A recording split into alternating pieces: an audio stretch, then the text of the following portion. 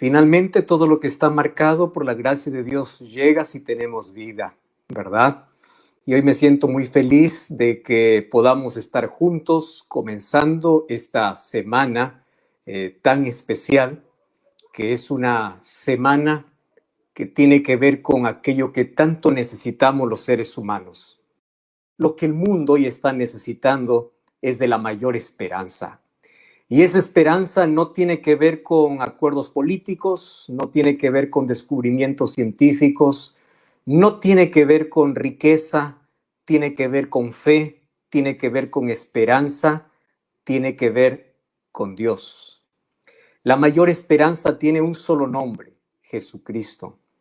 Y desde aquí queremos todos los días, estos días, estar juntos para poder reflexionar, para poder meditar en aquella esperanza que llena nuestro corazón, en aquella esperanza que da sentido a la vida. Hace algún tiempo leí una frase de uno de los psiquiatras reconocidos que decía que la neurosis de nuestro tiempo es el vacío existencial. La gente muere por falta de esperanza. Más allá de las enfermedades, más allá de la violencia, más allá del dolor, más allá de todo lo que amenaza con nuestra vida, el corazón humano necesita de esperanza. Y es por eso que hoy queremos abrir la palabra de Dios, porque es allí donde nosotros encontramos la esperanza que necesitamos. Y antes de abrir la Biblia, quisiera pedirte que tú puedas acompañarnos para que juntos podamos orar.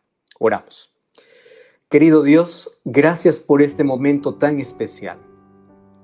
Hay cientos de personas que están desde sus casas participando de este programa. Tú conoces el drama de cada uno de tus hijos. Conoces el dolor, conoces la angustia, conoces el pesar, conoces los problemas. Probablemente hay personas que están en este momento hundidos en miseria, personas que tienen familiares en el hospital, personas que han perdido seres queridos, personas que tienen enfermedades mentales, personas que no pueden dormir, personas que están en depresión, personas que están con ansiedad, personas que están presentando cuadros terribles en la vida. Mas gracias porque cuando levantamos nuestros ojos a ti, tenemos esperanza. Y cuando nuestro mundo está yendo para abajo, nuestros ojos se elevan para poder ver de dónde vendrá mi socorro. Y mi socorro viene de Jehová. Y hoy queremos, Señor, que tú puedas fortalecernos, que nuestro corazón pueda tener esperanza, que la esperanza pueda iluminar en los momentos más oscuros de la vida, que hoy podamos comprender que hay esperanza para nuestra vida. No importa cómo ella puede estar.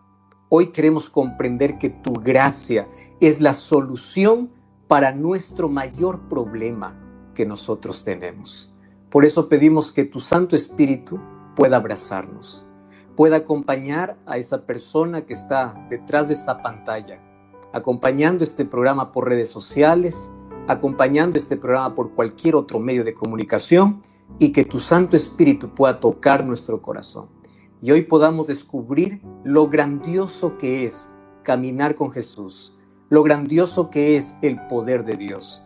Hoy queremos entender que tú no conoces lo imposible. Hoy queremos entender que no existe para ti un caso perdido. Hoy queremos entender que tu gracia puede transformar nuestra vida y puede sacarnos de la desgracia del pecado.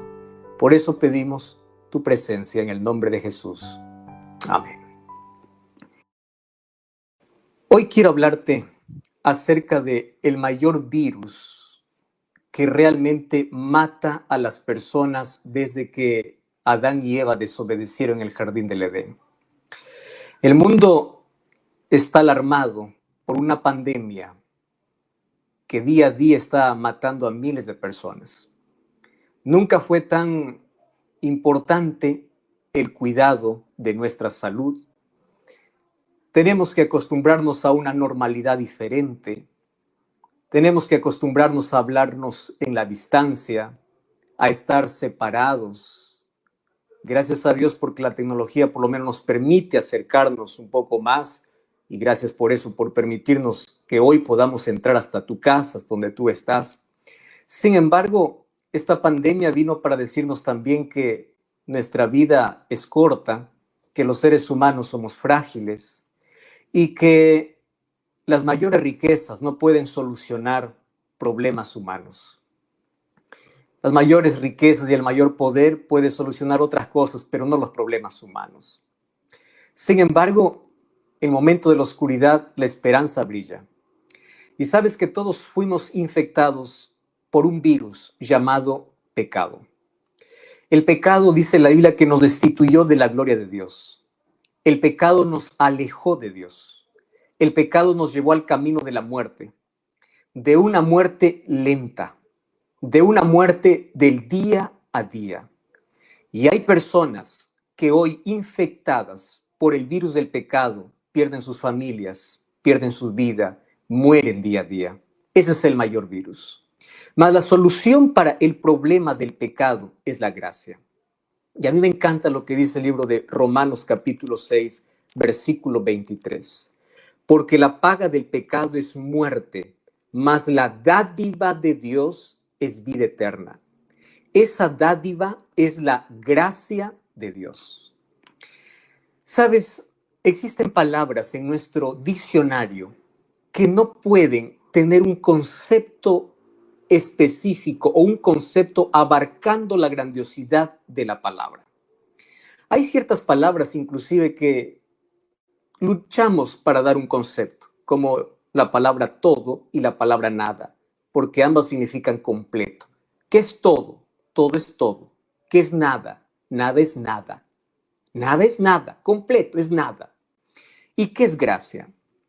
Gracia nosotros lo traducimos como un regalo, como un presente, como algo que viene de Dios.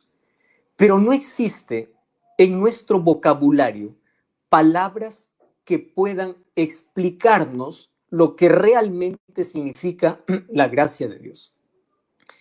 Nosotros podemos ilustrar, podemos intentar explicar la gracia de Dios, pero es que la gracia no se explica.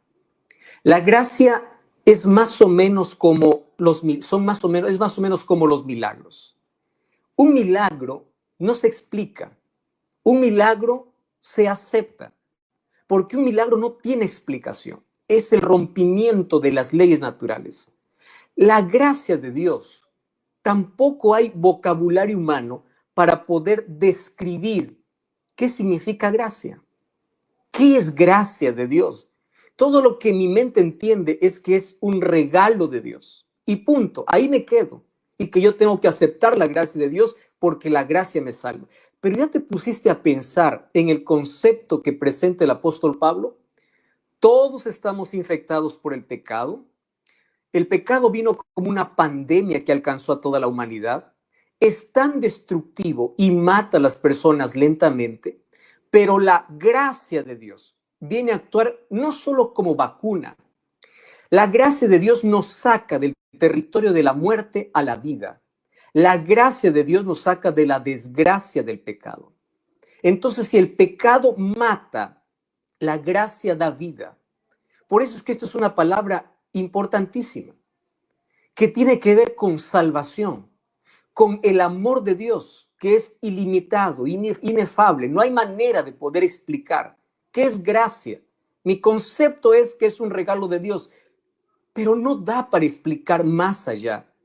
Y ahora déjame explicarte por qué no se puede explicar la gracia.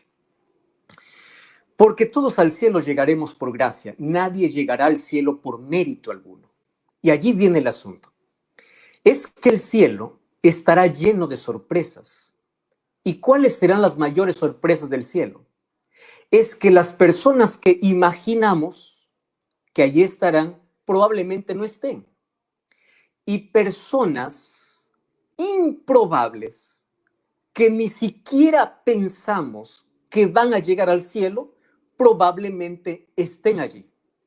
¿Cómo explicas eso? Una palabra: gracia. Hay personas que pueden estar llenas de buenas acciones, pero rechazan la gracia de Dios. Y al rechazar la gracia de Dios, no existe una acción buena que te pueda llevar al cielo, porque llegamos al cielo por la gracia de Dios.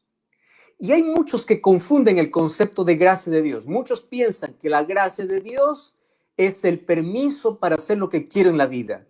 Ah, Dios me salvó por su gracia, vivo como quiero, no respeto la ley, hago lo que quiero. Eso no es la gracia de Dios, porque la gracia de Dios tiene que entenderse en un concepto de dos dimensiones. La gracia que salva es la gracia que transforma. Repite conmigo, sé que estás ahí en casa, ¿sí? Muy bien, repite ahora. La gracia que salva es la gracia que transforma. ¿Lo entendiste? ¿Y cómo me transforma la gracia? La gracia de Dios me coloca en armonía con la voluntad de Dios, con la ley de Dios, con la palabra de Dios. Por eso es que la gracia de Dios transforma mi interior. Eso hace la gracia. La gracia que salva es la gracia que transforma. Nadie puede decir, fui alcanzado por la gracia de Dios y continúo viviendo como quiero. No, porque la gracia que salva es la gracia que transforma. ¿Y cuáles serán las sorpresas en el cielo?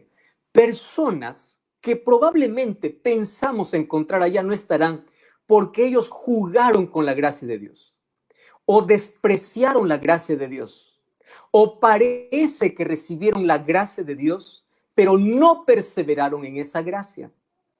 Sin embargo, otro grupo de personas que ni siquiera imaginamos que estarán allá, porque son personas para nosotros tan pecadoras, tan miserables, los encontraremos allí. ¿Cómo explicamos eso? Gracia de Dios. ¿Cómo explicas que un ladrón en la cruz, crucificado al lado de Jesús, un día estará en el cielo? Porque Jesús lo prometió. Después de una vida llena de equivocaciones, finalmente se arrepintió, aceptó la gracia de Dios y por gracia se salva. ¿Cómo explicas que hay otras personas que hicieron tantas cosas en la vida, probablemente buenas, pero que no lleguen al cielo, porque simplemente rechazaron la gracia de Dios? Voy a hacerte un ejemplo muy práctico. ¿Tú te imaginas el rostro de Esteban? Yo sueño cuando Jesús regrese, después de poder abrazar a Jesús, después de poder disfrutar ese momento tan especial y esperado y soñado por todo cristiano. Yo imagino ver el encuentro que va a tener Esteban, el primer mártir del cristianismo, frente a Pablo. Pablo era un asesino cuando Esteban murió. Esteban nunca supo que Pablo iba a llegar al cielo. Esteban murió sabiendo que Pablo estaba perdido, pero Pablo luego aceptó la gracia de Jesús. Fue transformado por esa gracia y al ser transformado por esa gracia, él es salvo. Se convirtió en el apóstol de los gentiles. Un asesino, Dios lo transforma en un predicador. ¿Cómo se llama eso? Milagro, sí, es verdad, es un milagro. Pero ¿cómo ocurre la transformación? Eso es la gracia. La gracia que salva es la gracia que transforma. Imagínate ese encuentro, Esteban abrazando a Pablo en el cielo. Uno muriendo por causa de su fe, el otro que en ese tiempo era asesino, pero ambos estarán en el cielo porque los dos fueron alcanzados por la gracia de Dios. ¿Entiendes lo que quiero decirte? Entonces, hablar el asunto de la gracia de Dios es un asunto tan delicado y tan especial que lamentablemente la gente desprecia, la gente rechaza. Y de esto se trata la vida. Esto es de vida o muerte. Ahora, yo quiero llevarte a un personaje bíblico para poderte explicar un poquito mejor la gracia de Dios. Sabes que en la Biblia yo encuentro hombres miserables, pecadores, pero ninguno como uno llamado Manasés. Manasés era como un monstruo. Manasés era un hombre con extrema maldad. Y yo cuando leo la historia de Manasés, yo pienso lo siguiente. Si Dios pudo amar a Manasés, Dios puede amar a cualquier miserable pecador. Y si Dios pudo salvar a Manasés, Dios puede salvar a cualquier persona, no importa cómo esté su vida. Ahora, ¿cómo y por qué te estoy explicando eso? Cuando vamos a la Biblia, en el libro de Segunda de Reyes, capítulo 21, y Segunda de Crónicas, capítulo 33, encontramos más o menos el resumen de la vida de Manasés. Cuando uno revisa la hoja de vida de Manasés, el currículum de Manasés, tú no vas a encontrar ninguna cosa buena. Nada, absolutamente.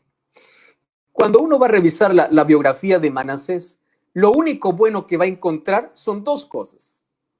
Su familia, en primer lugar. Su padre se llamaba Ezequías y su madre se llamaba Jefsiba. ¿Quién era Jefsiba? Jefsiba era hija del profeta Isaías. Ahora, para que pueda reflexionar conmigo en lo siguiente.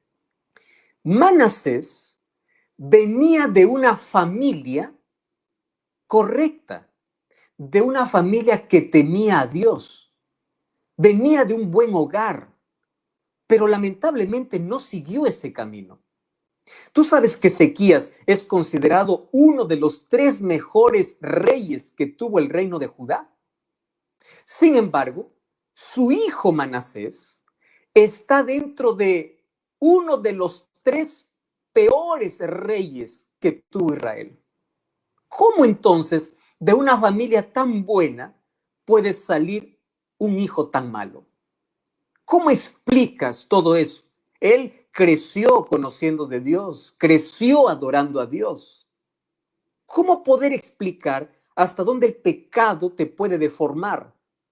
Cuando te lleva lejos de Dios, tú no sabes lo que eres capaz de hacer, porque nuestra naturaleza pecaminosa con el cual estamos infectados y todos tenemos, cuando no tiene el control del Espíritu de Dios, es capaz de hacer las cosas más horrendas de la vida. Manasés fue considerado uno de los 3 peores reyes de Israel. Y él reinó durante 55 años, pero hizo crueldades. ¿Sabes lo que hizo Manasés? Manasés no solamente cometió pecado él, sino que él también llevó a cometer al pueblo rebeldía abierta contra Dios. Y él se comportó como uno de los que no conocía a Dios. Él no solamente negó su fe, él se comportó peor que alguien que no tenía ningún conocimiento de Dios, porque él no solamente adoraba a los dioses cananeos, él buscaba otras divinidades para rendir culto. Ahora, fíjate una cosa, entre las cosas terribles que hizo Manasés, él no solamente abandonó la fe, él también obligó al pueblo de Dios a negar su fe, prohibió el culto a Dios. Mira hasta dónde puede llegar una persona. Y para que esto quede todavía más claro, Segunda de Reyes 21:6 dice que él incluso llevó a sus hijos como sacrificio a sus dioses. O sea, perdió toda sensibilidad. Quemó a sus hijos. Una costumbre pagana, antigua, era colocar a los bebés en los brazos ardientes de un ídolo de metal. Y Manasés colocó a su hijo, hizo pasar a sus hijos por fuego. ¿Qué nombre tú pondrías a este? ¿Este es un sádico? ¿Este es un criminal? ¿Quién es este? Que ni siquiera tiene amor por sus propios hijos. Pero eso no es todo. ¿Sabes lo que hizo? Él colocó la forma femenina de Baal, que era una diosa pagana, y lo colocó en el templo donde se adoraba a Dios. Esto es una provocación abierta a Dios. Quitó el arca de la alianza, donde Dios hizo un pacto con su pueblo, y en lugar del arca de la alianza colocó un ídolo. Entonces, con toda esta biografía, uno puede decir, pues bueno, él está perdido, está completamente perdido. Pero ahí voy a lo que quiero explicarte hoy. Hay algo que no entendemos y es gracia. ¿Qué cosa es gracia? Gracia es que Dios no te abandona a pesar de la maldad que hagas. Eso yo no lo puedo entender. Mira, Manasés se degradó tanto. Fue hasta el último degradé de la maldad que pudo cometer. Y aún así, Dios lo amaba. Entonces, ¿cómo poder explicar eso? ¿Cómo Dios me ama a pesar de mis acciones? Claro que a Dios le entristece mucho lo que haces. A Dios le duele mucho tus acciones. Pero nunca dudes que Él te dejó de amar por aquello que hiciste. ¿Y sabes qué cosa es lo que Dios hace por amor? Llama nuestra atención. ¿Cómo llama nuestra atención? Y aquí yo voy a hablar sobre un tema que probablemente hoy va a tocar mucho nuestro corazón. Dios llama la atención de las maneras que menos imaginamos. Por ejemplo, Dios llama nuestra atención desde que acordamos, desde que abrimos los ojos. Cuando tú pasas por la calle y escuchas un ruiseñor cantar, Dios llama tu atención para decirte, alaba como este ruiseñor lo hace. Dios llama tu atención a través de las bendiciones que te da. Te da trabajo, te da familia, te da vida, te da salud. Dios llama tu atención, pero tú sigues rebelde. Entonces, Dios susurra en el silencio, en la prosperidad, pero el ser humano a veces no lo escucha. Y Dios, por amor, esto es gracia, por amor, para llamar nuestra atención, cuando nosotros no estamos dispuestos a obedecer, a escuchar la voz de Dios, por amor, Él va a permitir circunstancias duras en la vida para decirnos simplemente, te alejaste mucho. No quiero decir que todo el dolor que existe en este mundo viene de parte de Dios para llamar la atención. No quiero decir eso, porque hay tanta gente inocente, justa, hay tantos cristianos que sufren, pero el mal en este mundo ha generado el dolor y a veces Dios usa el dolor para llamar nuestra atención. Yo llamo el dolor como el micrófono de Dios para un hombre sordo, para una mujer sorda que no quiere escuchar su voz. Entonces Dios tuvo que llamar la atención de Manasés. ¿De qué manera? A través de los problemas, a través de las dificultades. ¿No será que el dolor que tú estás pasando hoy es el megáfono de Dios para alcanzarte? ¿No será que la crisis que estás pasando hoy es el grito de Dios para decirte te amo? ¿Porque estás sordo espiritual? ¿Porque te alejaste mucho de Dios? ¿No será que Dios hoy está intentando llamar tu atención también de esa manera? Ahora, fíjate, en el libro de Segunda de Reyes, capítulo 21, encuentro que Manasés aprendió en la prosperidad o en la adversidad lo que no aprendió en la prosperidad. Y aquí yo quiero decirte un asunto muy importante. Dios puede sacar lo mejor de las peores circunstancias. ¿Me estás entendiendo? Dios puede sacar lo mejor de las peores circunstancias. Y lo peor del ser humano puede ser lo mejor para ti. Porque muchos a través de las circunstancias difíciles de la vida se encuentran con Dios. Manasés significa aquel que se olvida. Y claro que Manasés se olvidó de Dios. Y al olvidarse de Dios hizo tanta maldad. Se alejó tanto. Hasta que yo leo lo que dice el libro de Segunda de Crónicas, capítulo 33, a partir del versículo 10. Y Jehová habló a Manasés y a su pueblo, pero ellos no escucharon. Por lo cual Jehová trajo contra ellos a los generales del ejército de los sirios, los cuales aprisionaron con grillos a Manasés, lo ataron y lo encadenaron y lo llevaron para Babilonia. Antiguamente, cuando a alguien lo llevaban capturado como prisionero, lo perforaban la nariz y el labio superior y cuando lo perforaban, por allí pasaban un gancho y a través de ese gancho lo amarraban a una correa. Es así como eran llevados los prisioneros, eran tratados como animales. Era la mayor humillación. Y aquí el rey de Asiria, Esarhadón, lleva entre sus conquistas a Manasés. Y Manasés, cuando está humillado, cuando está derrotado, cuando entiende que está en la miseria, en la derrota, cuando está en la mayor humillación de su vida, él se acuerda de Dios. Uno puede decir, qué bueno, ahora sí lo está pagando todo lo que hizo. Pero quiero decirte una cosa, que lo que para nosotros es el fin, para Dios puede ser el comienzo. Lo que para ti puede ser el capítulo final, Dios lo puede revertir para algo bueno en la vida. Y esa terrible experiencia hizo que Manasés pueda arrepentirse. Mira lo que dice el versículo 12. Dice así: mas luego que fue puesto en angustias, oró a Jehová y se humilló en la presencia del Dios de sus padres. Y habiendo orado, él fue atendido porque Dios escuchó su oración. Entonces reconoció Manasés que Jehová era su Dios. Cuando yo leo este texto, yo digo, bendito dolor que llega a nuestra vida para decirnos que necesitamos de Dios. Bendita crisis que nos hace orar más.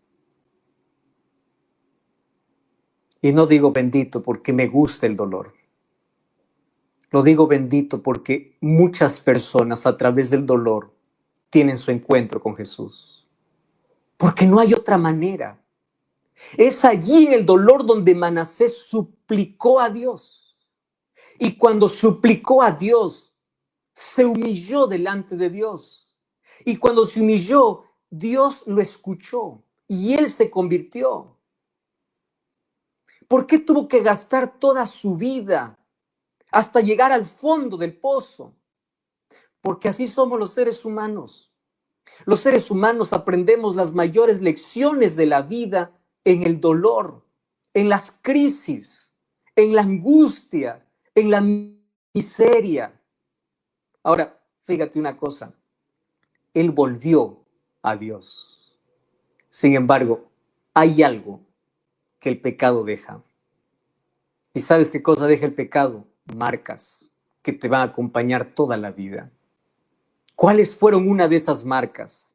Su hijo Amón nunca volvió a Dios. Qué triste, ¿verdad? A pesar de todo lo que Dios hizo para salvarlo, su hijo se rebeló completamente. Pero ¿cuál es la segunda marca? La segunda marca era las cicatrices que quedaron entre sus labios y su nariz. Nunca pudo borrar eso. A veces las cicatrices de la vida nos enseñan de dónde Dios nos sacó. Nos hace recordar de dónde Dios nos sacó. ¿Cuántas marcas quedan en la vida por nuestra rebeldía?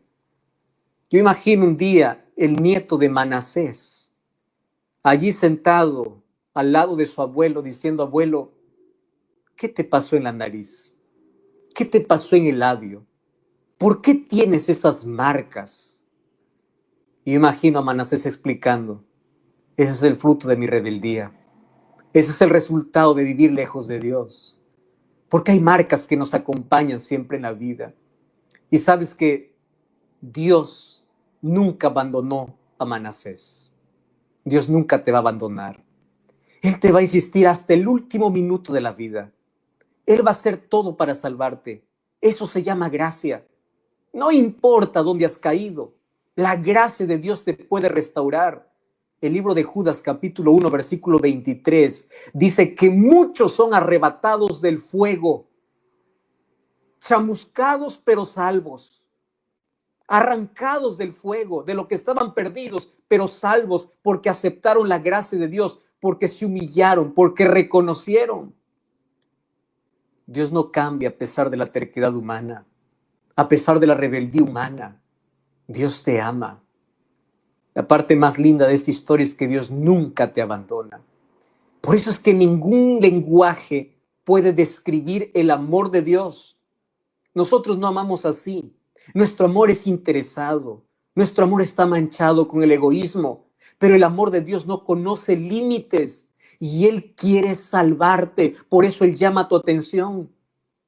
Y hasta va a permitir circunstancias difíciles en la vida porque no quiere que tú puedas perderte. Él quiere salvarte. ¿Sabes? Tú puedes aventurarte, tú puedes apartarte de Dios, tú puedes arruinarlo todo. Pero si te humillas y vuelves a Dios, Dios siempre estará dispuesto para poder recibirte. Y una cosa te voy a decir, no hay grado de maldad que esté más allá del alcance de la gracia de Dios. Eso es gracia. Y Dios te ama. No importa cuán desviado estés. No importa tu incredulidad. No importa tu improbabilidad. No importa lo que la gente piense de ti. Nada de lo que hagas hará que te ame menos. Pero hay una cosa que tú tienes que hacer. No rechazar la gracia de Dios. No desprecies la gracia de Dios. No des la espalda a la gracia de Dios. Déjame darte un consejo. No esperes estar derrotado para humillarte. No esperes estar en el pozo de la angustia para reconocer quién es Dios. No esperes caer en la profundidad de la vida para buscar a Dios. Recuerda que la rebeldía y la desobediencia trae consecuencia. Recuerda que el pecado deja marcas. Rechazar la gracia te lleva a la mayor desgracia de la vida. La mayor tragedia es vivir sin Dios. La mayor tragedia es rechazar la gracia de Dios. Mas hoy quiero decirte, si hubo alguien que no tenía probabilidad para ir al cielo, era Manasés. Pero la gracia de Dios lo alcanzó. Y cuando la gracia de Dios te alcanza y tú estás dispuesto a aceptarla, tú puedes llegar al cielo. No importa dónde hayas caído. Por eso el mensaje de hoy es un mensaje de esperanza. Para aquel que se siente culpable, para aquel que se siente sin derecho, para aquel que se siente que ha ido lejos, para aquel que se siente comiendo el polvo de la derrota, para aquel que está arrastrándose por la vida, para aquel que siente que arruinó todo, para aquel que mira que su vida está hecho pedazos. Yo conozco un artista que puede juntar tus pedazos y hacerte la obra más linda de tu vida. La gracia de Dios no solo te salva, también te transforma. Y hoy esa gracia está disponible. El cielo estará lleno de pecadores arrepentidos. Y el lago de fuego estará lleno de pequeños pecadores que rechazaron la gracia de Dios. Por favor, no te atrevas a rechazar el amor de Dios. Y los brazos de Dios todos los días se extienden y todos los días llama tu atención. ¿Tú crees que es casualidad que hoy estés viendo este programa? ¿Tú crees que estés al otro lado de esta pantalla? No, Dios llamó tu atención y Dios hoy quiere transformar tu vida. Dios hoy quiere reconstruirte. Dios hoy quiere restaurarte. Dios hoy quiere levantarte. Dios hoy quiere hacer el mayor milagro en ti. Y el mayor milagro es transformar tu corazón.